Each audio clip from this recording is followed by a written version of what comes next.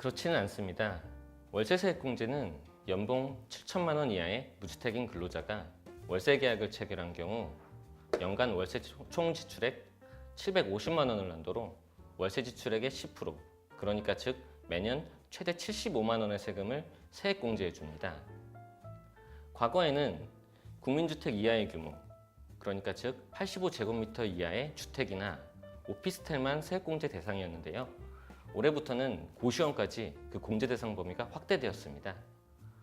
월세 세액공제를 신청하시면 매년 최대 75만 원의 세금을 절약할 수 있고, 이 말인 즉 매년 1개월치 이상의 월세를 아낄 수 있기 때문에 꼼꼼하게 챙기실 필요가 있습니다.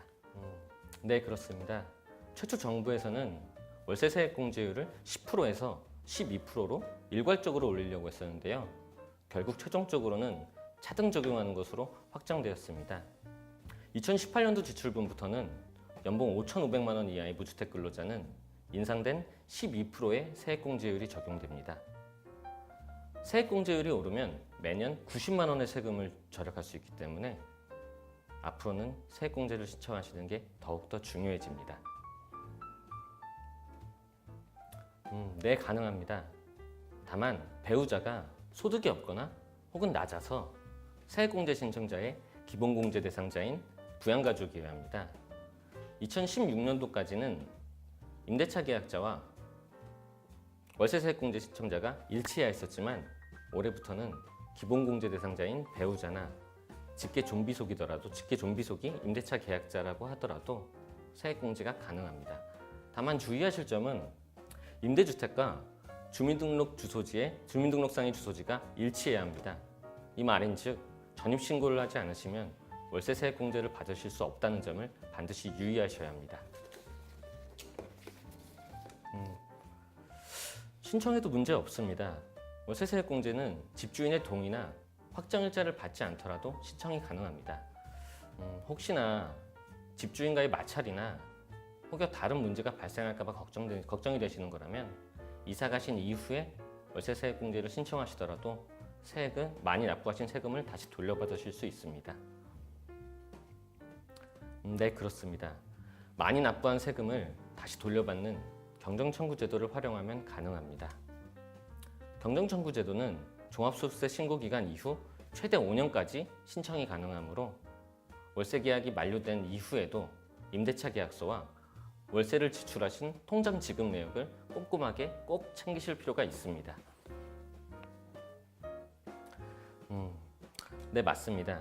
무주택 세대 주인 근로자가 국민주택 이하 85제곱미터 이하의 주택이나 오피스텔에 전세 계약을 체결하고 전세 자금에 대해서 대출을 받으신 경우 주택 임차 차입금 원리금 상한액 공제를 통해서 연간 최대 300만 원을 한도로 원리금 상한액의 40%를 소득공제 받으실 수 있습니다. 이때 금융기관으로부터 차입한 경우와 금융기관이 아닌 개인으로부터 차입한 경우 두 가지로 나뉘어 볼 수 있겠는데요. 먼저 금융기관으로부터 차입한 경우는 첫 번째로 금융기관으로부터 신용대출이 아닌 전세자금 대출을 받으셨어야 합니다. 그리고 두 번째는 입주일 또는 전세계약 연장일 전후 3개월 이내 차입을 하셔야 합니다. 마지막 세 번째는 금융기관이 집주인의 계좌로 직접 전세자금을 송금해야 합니다. 그리고 다음은 금융기관이 아닌 개인으로부터 차입한 경우가 있습니다. 이 개인은 일반적으로는 가족이나 일반 지인이 있을 수 있겠는데요. 첫 번째로 주의하실 점은 근로자가 연봉 5천만 원 이하의 무주택 세대주여야 합니다. 그리고 두 번째는 입주일 또는 전세계약 연장일 전후 1개월 이내 차입을 하셔야 합니다. 그리고 마지막 세 번째는 차입하신 대금의 이자율이 1.8% 이상이어야 합니다. 네, 오늘의 주요 내용은 크게 두 가지로 말씀드릴 수가 있습니다. 첫 번째는 이번 연말정산을 하실 때 월세세액공제를 신청하시면 월세 지출액 10%, 최대 연간 75만 원의 세금을 절약할 수가 있습니다. 그리고 두 번째로는 혹시나 과거에 월세세액공제를 신청하지 못하셨다고 하더라도 이사 가신 이후에 경정청구제도를 활용하여 최대 5년치의 납부하신 세금을 돌려받을 수 있다는 점, 이 두 가지는 꼭 기억해야겠습니다. 감사합니다.